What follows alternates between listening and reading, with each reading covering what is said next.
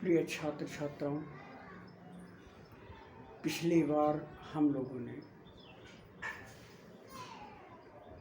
राष्ट्र का स्वरूप निबंध से पढ़ा था। इस निबंध में जो प्रथम भाग था उसका नाम लेखक ही दिया था भूमि। सामान्य रूप से अगर हम देखें तो लेखक भूमि को परिभाषित करते बताता है कि जो प्रकृति द्वारा प्रदत्त संपूर्ण प्राकृतिक अवयव हैं जिनके उपयोग से हम अपने जीवन को सार्थक करते हैं, वे सभी भूमि कहलाते हैं। अब अगली अनुमति जो हम पढ़ेंगे वह है, आप अपनी पुस्तकों में देख सकते हैं, वह है जन। देख रहे हैं, वो है उसे हम कहते हैं जन। जन का मतलब जैसा कि आप जानते हैं, जन माने होता है मनुष्य। अब हम लोग जब भी जिस देश में रहते हैं तो यदि कोई भूमि का टुकड़ा हो, उसमें कोई व्यक्ति ना रहते हो, तो वह निर्जन स्थान देश कहे जाने के योग्य नहीं। इसीलिए हम ये मानते हैं कि जो भूमि है उसके अतिरिक्त जन के बिना राष्ट्र की अवधारणा व्यर्थ है। जन वे होते हैं जो उस विशेष भूभाग पर निवास करते हैं।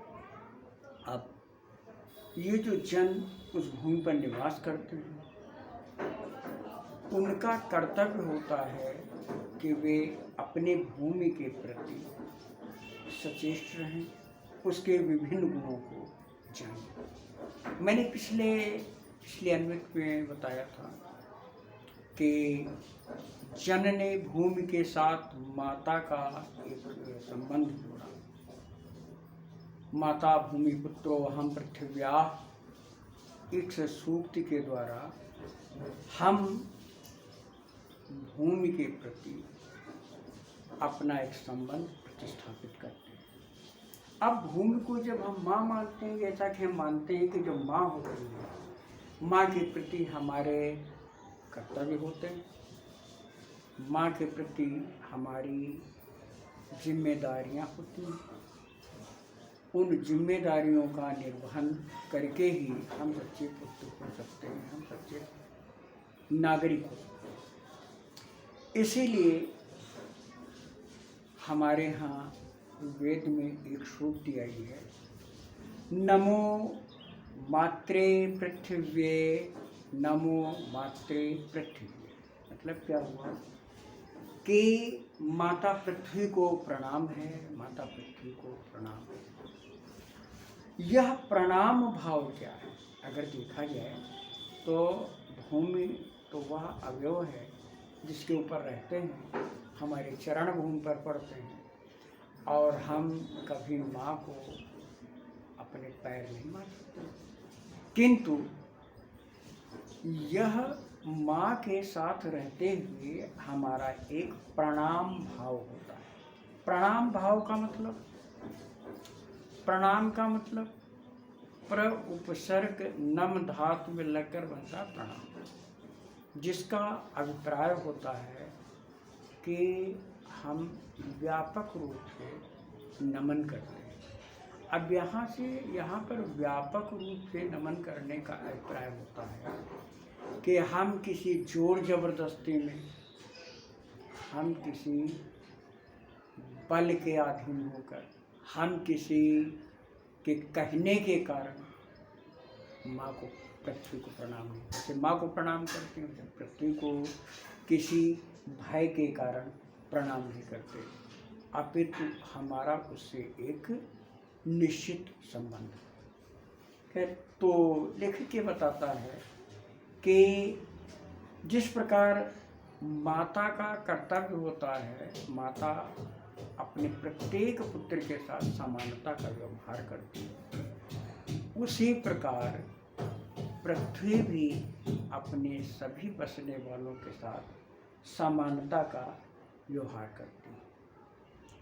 पृथ्वी के ऊपर विभिन्न प्रकार के जो नगर, जंगल, औषधियाँ, गांव होते हैं, उनमें जन निवास करते हैं और हम लोग वहाँ रहते हुए, हम लोग जो वहाँ रहते हैं विभिन्न प्रकार की भाषाएं बोलते हैं, उन विभिन्न प्रकार की भाषाओं को बोलते हुए माता के प्रति, पृथ्वी के प्रति अपना एक कर्तव्य रखते हैं। लेखक स्पष्ट करता है कि जिस प्रकार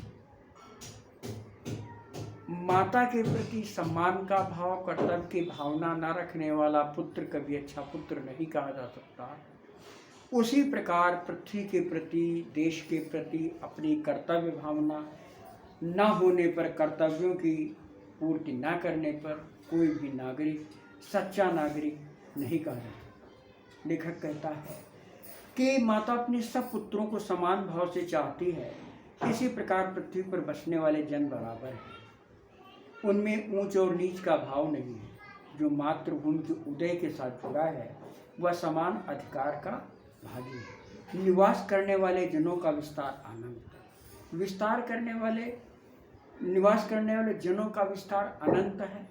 अर्थात हम केवल कुछ गिने चुने, कुछ पढ़े लिखे अथवा कुछ अनपढ़, कुछ धनी अथवा कुछ ताकतवर लोगों को ही उस भूमि का स्वामी नहीं स्वीकार करते।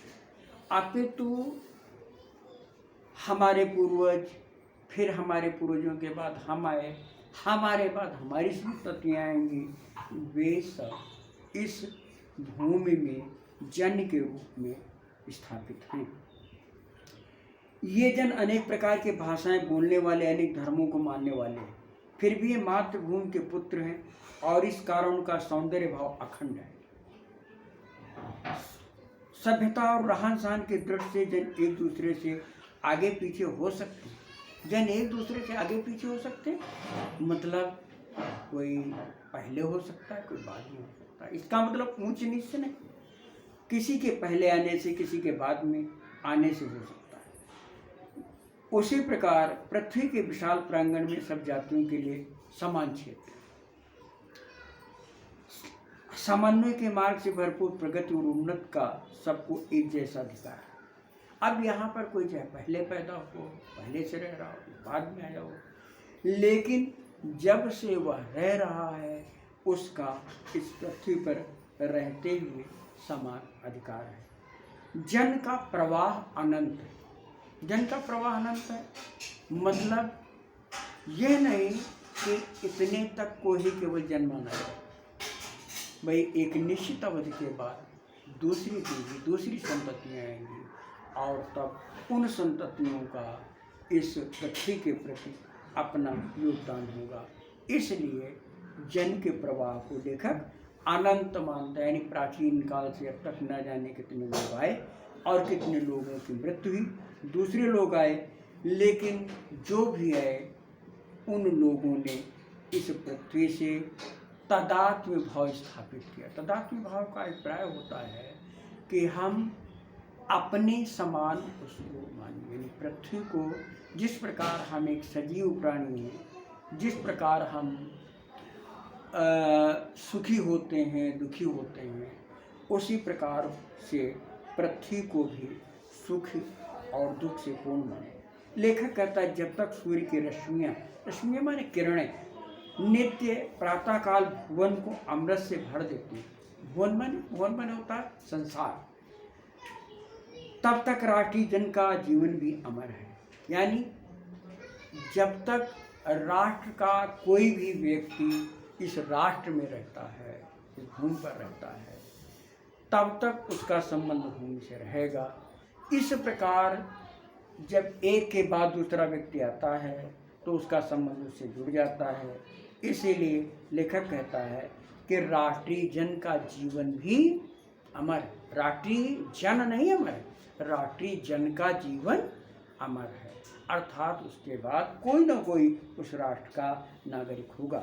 इतिहास के अनेक उतार चढ़ाव पार करने के बाद राष्ट्र निवासी जन नई उठती लहरों से आगे बढ़ने के लिए अजर अमर, अर्थात इतिहास में अनेक ऐसी घटनाएं होती हैं। जैसे हम भारतवर्ष के परिप्रेक्ष्य में ही देखें तो भारतवर्ष में अनेक जातियाँ आई, अनेक लोग आए, अनेक लोगों ने यहाँ पर शासन किया। यहाँ के पहले रहने वाले व्यक्तियों को पद दलित किया, अपमानित किया, शोषण किया, लेकिन फिर वो यहाँ के ऊपर रह गए। अगर हम इतिहास की दृष्टि से देखें तो हमारे देश में शक, यवन, कुषाण आदि आते गए और होने के बाद यहाँ के होने के बाद फिर वे यहाँ के सामान्य नागरिक हो गए। और उन्होंने पहले तो बाहर से आने के बाद उनका उद्देश्य केवल शोषण था, लेकिन जब वो यहाँ बस गए, यहाँ के नागरिक हो गए, तो उन्होंने इस भूमि को ही अपनी माता माना। और इस प्रकार लेखक कहता है कि इसीलिए जो देश होता है उसकी उन्नति और अवनति के आरोह अवरोह चला करता है। लेखक इस बात को इस प्रकार से बताता है कि इतिहास के अनेक उतार चढ़ाव पार करने के बाद भी राष्ट्र निवासी जन नई उठती लहरों से आगे बढ़ने के लिए अजर अमर है। यानी जो उतार चढ़ाव के बाद जब भी हमको मौका मिलता है तो हम स्वयं की उन्नति करते हैं और स्वयं की उन्नति के साथ हमारे राष्ट्र की उन्नति होती है। जन का संततवाही जीवन नदी के प्रवाह की तरह, जन का संततवाही जीवन नदी के प्रवाह की तरह। जैसे नदी कहाँ से कहाँ तक है, नदी का कौन सा जल गंगा है या कौन सा जल, इस नदी के जल के प्रत्येक कण एक दूसरे से आपस में इस प्रकार जुड़े होते हैं कि एक दूसरे को बिल्कुल अलग नहीं किया जा सकता, जिसमें कर्म और श्रम के द्वारा उत्थान के अनेक घाटों का निर्माण करना होता है। मतलब क्या हुआ कि हम जब देश के नागरिक हैं तो देश के नागरिक होते हुए देश में रहते हुए जो भी हमसे बन पड़े वो अपने राष्ट्र के लिए करें। और इसी को कहता है कि उत्थान के, श्रम के और उत्थान के अन्य घाटों का निर्माण करना होता है, अर्थात हम ऐसे कार्य करें जिससे हमारी उन्नति के साथ राष्ट्र की उन्नति हो।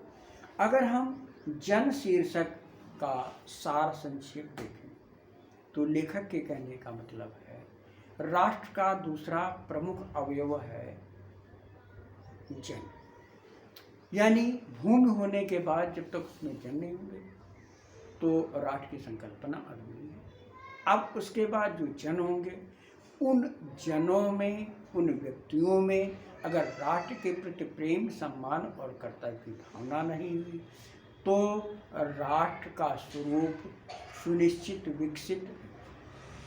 फिर इसके बाद लेखक के कहने का मतलब है कि कोई एक पीढ़ी या किसी एक व्यक्ति का दायित्व नहीं है कि वह राष्ट्र के लिए कर्तव्य करे, अन्य लोग न करें, अपितु प्रत्येक व्यक्ति का समय के साथ कर्तव्य होता है कि वह राष्ट्र के निर्माण में अपनी तरह से, अपने अनुसार योगदान करे। फिर इसके बाद लेखक स्पष्ट करता है कि अनंत काल से जो भी भूमि पर रहते रहे, भूमि पर रहने वाले प्रत्येक व्यक्ति ने जो ये भूमि है उस भूमि के लिए कुछ ना कुछ कार्य किए हैं और हमको भी कुछ ना कुछ कार्य करने हैं।